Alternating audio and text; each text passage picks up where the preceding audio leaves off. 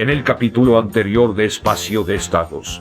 Dentro se producen unos cambios que los vamos a nombrar variables internas. El caso sin derivadas a la entrada y el caso con derivadas a la entrada. Pero como dije, este es un caso. El otro caso es con derivadas a la entrada. Y lo único que cambia es la matriz B, que pues bueno, van a cambiar un poquito los datos, y también la matriz D van a cambiar un poquito los datos. Sin embargo, es exactamente el mismo procedimiento por el cual obtuvimos esta expresión que están viendo ahorita en pantalla. Hoy presentamos Introducción a Espacio de Estados, parte 2. Ya lo escucharon, Introducción a Espacio de Estados, parte 2.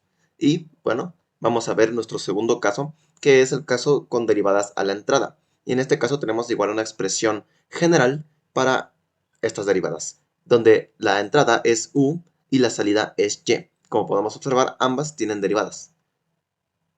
Así que definimos nuestros estados y definimos que el estado 1 es igual a Y menos beta 0 que multiplica a U. Al final vamos a ver qué significa esa beta 0 y cómo se calcula. Sin embargo, vamos a seguir definiendo nuestros estados. El estado 2 es igual a la derivada de Y menos beta 0 que multiplica a la derivada de U menos beta 1 que multiplica a U. Si definimos nuestro tercer estado, observamos que es la segunda derivada de Y menos beta 0 que multiplica a la segunda derivada de U menos beta 1 que multiplica a la derivada de U menos beta 2 que multiplica a U. Si observamos, va aumentando el número de derivadas conforme vamos definiendo los estados, y a su vez las betas siempre van a estar multiplicando a nuestra entrada U, y por ende las betas también van a ir aumentando a beta 0 hasta beta 1, beta 2, etcétera, etcétera. Y sabiendo, digamos, ese patrón que tenemos, podemos seguir definiendo nuestros estados hasta una expresión general, que es la que tenemos aquí, donde nos dice que nuestro estado xn de t es igual a la derivada n-1 de y menos beta 0 que multiplica la derivada n-1 de u menos beta 1 que multiplica la derivada n-2 de u, y así sucesivamente hasta beta n-2 que multiplica a la derivada de u menos beta n-1 que multiplica a u. Si nosotros derivamos nuestras expresiones, obtenemos que nuestro estado 1 derivado es igual a la derivada de y menos beta 0 que multiplica a la derivada de u. Y si derivamos nuestro estado 2, observamos que es la segunda derivada de y menos beta 0 que multiplica la segunda derivada de u menos beta 1 que multiplica la derivada de u. Y así con cada uno de nuestros estados hasta llegar a una expresión general, igualmente, con estados derivados, que es nuestra xn derivada. Recuerden que n se refiere a el número de estados que nosotros vamos a tener en nuestro sistema, o también se puede referir al orden del sistema. Es igual a la derivada a la n de y menos beta 0 que multiplica a la derivada a la n de u menos beta 1 que multiplica a la derivada a la n-1 de u, y así sucesivamente hasta beta n-2 que multiplica a la segunda derivada de u menos beta n-1 que multiplica a nuestra derivada de u. Si buscamos una relación entre los estados no derivados, que ya definimos, y nuestros estados derivados, que también ya definimos, encontramos lo siguiente. Vemos que nuestro estado x1, que es igual a la derivada de y menos beta 0 por la derivada de u, es similar a esta parte de nuestro estado x2. Vemos que básicamente es lo mismo, al menos esta parte. Entonces podemos hacer la relación y hacemos una sustitución para que se tenga esto de aquí, que x2 es igual a x1 derivado menos beta 1 por u, y es la primera relación que tenemos. Si seguimos con las relaciones, observamos que en nuestro estado derivado x2 es igual a la segunda derivada de y menos beta 0 que multiplica a la segunda derivada de u menos beta 1 que multiplica a la derivada de u. Y eso, por obvias razones, de igual manera va a ser igual a nuestro estado de x3 en cierta parte, que es la que está marcada aquí en rojo. Y por ende, pues sustituimos nuestro segundo estado derivado en nuestro tercer estado, teniendo esta expresión de aquí. Y si vemos, hay un patrón igualmente. Observamos que x2 tuvo una relación con x1 derivada. x3 tuvo una relación con x2 derivada. Y así sucesivamente. x4 tendrá una relación con x3 derivada. O sea, tiene una relación con su inmediato inferior. Sabiendo esto, podemos definir, gracias a este patrón, una expresión general, que va a ser xn es igual a xn-1 derivada menos beta n-1 que multiplica a u. Y así juntamos y relacionamos ambas definiciones para obtener esta expresión general. Si despejamos las relaciones que obtuvimos en el punto anterior, nos van a quedar de la siguiente forma. x1 derivada va a ser igual a x2 más beta 1 por u. x2 derivada va a ser igual a x3 más beta 2 por u. Y así sucesivamente hasta xn-1 derivada va a ser igual a xn más beta n-1 por u. Y si nos fijamos, ya estamos terminando el acomodo de información de nuestras ecuaciones diferenciales para empezar a traducir a una forma matricial todo. Vemos que tenemos x1, x2 y así sucesivamente hasta xn-1, pero nos falta un término, xn, que si recordamos del video anterior, ya lo conseguimos y aquí simplemente es lo mismo, solo que al final observamos que beta n va a multiplicar a u y no b0. En el caso 1, que es sin derivadas a la entrada, aquí lo multiplica b0. Aquí lo va a multiplicar, en este caso con derivadas a la entrada, una beta n.